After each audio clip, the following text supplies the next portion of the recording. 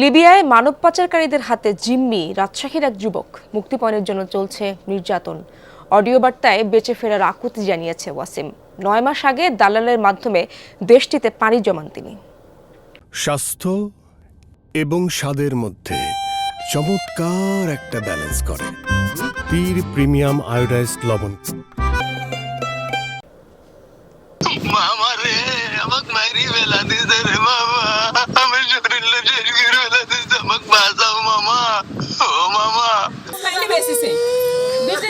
সন্তানের এই অডিও বার্তার পর থেকেই থামছে না মায়ের আহাজারি।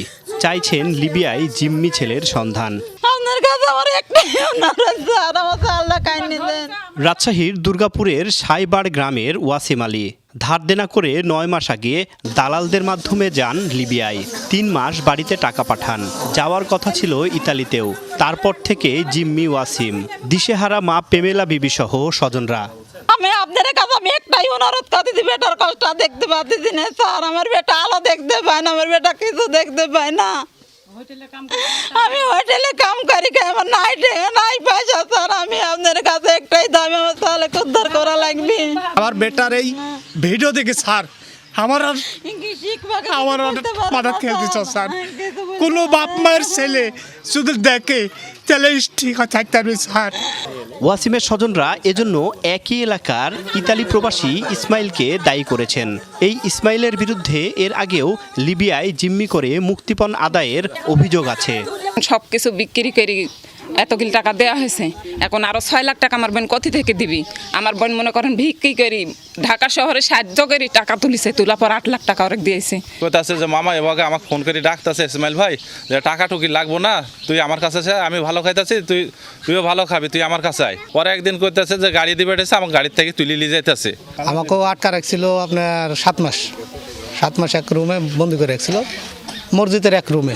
এর সিন্ডিকেট আর মাফিয়া বলি আমি মনে করি যে লিবিয়ার বুকে মাফিয়া বলি, লিবি কোনো মাফিয়া নাই। যত মাফিয়া আছে সব বাঙালি। যেমন আমার হাঁটুর ব্যথাতে আমি কাজ করতে পারি না এখন। আমিও মায়ের খাসি, অনেক মায়ের খাসি, মায়ের নির্যাতন আমাকে হচ্ছে।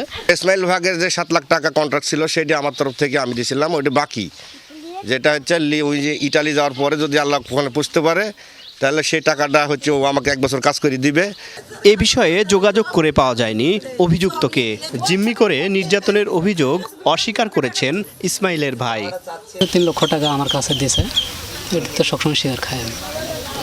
ওটা ফেরত দিবে বা ওকে নির্যাতন করছে এটা বলছে। নির্যাতন এখনই তো বলতেছে যে ওরা টাকা না পেলে তোরা নির্যাতন করবে।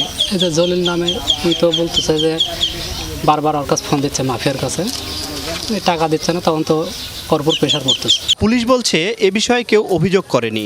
পরামর্শ দিলেন ওয়াসিমের পরিবারকে প্রবাসী কল্যাণ মন্ত্রণালয়ে যোগাযোগের। অভিযোগ পাই না, যদি পাই তাহলে আমরা যতটুকু আসবেন এর প্রবাসী কল্যাণে অভিযোগ করতে, প্রবাসী কল্যাণ মন্ত্রণালয় দেখছে।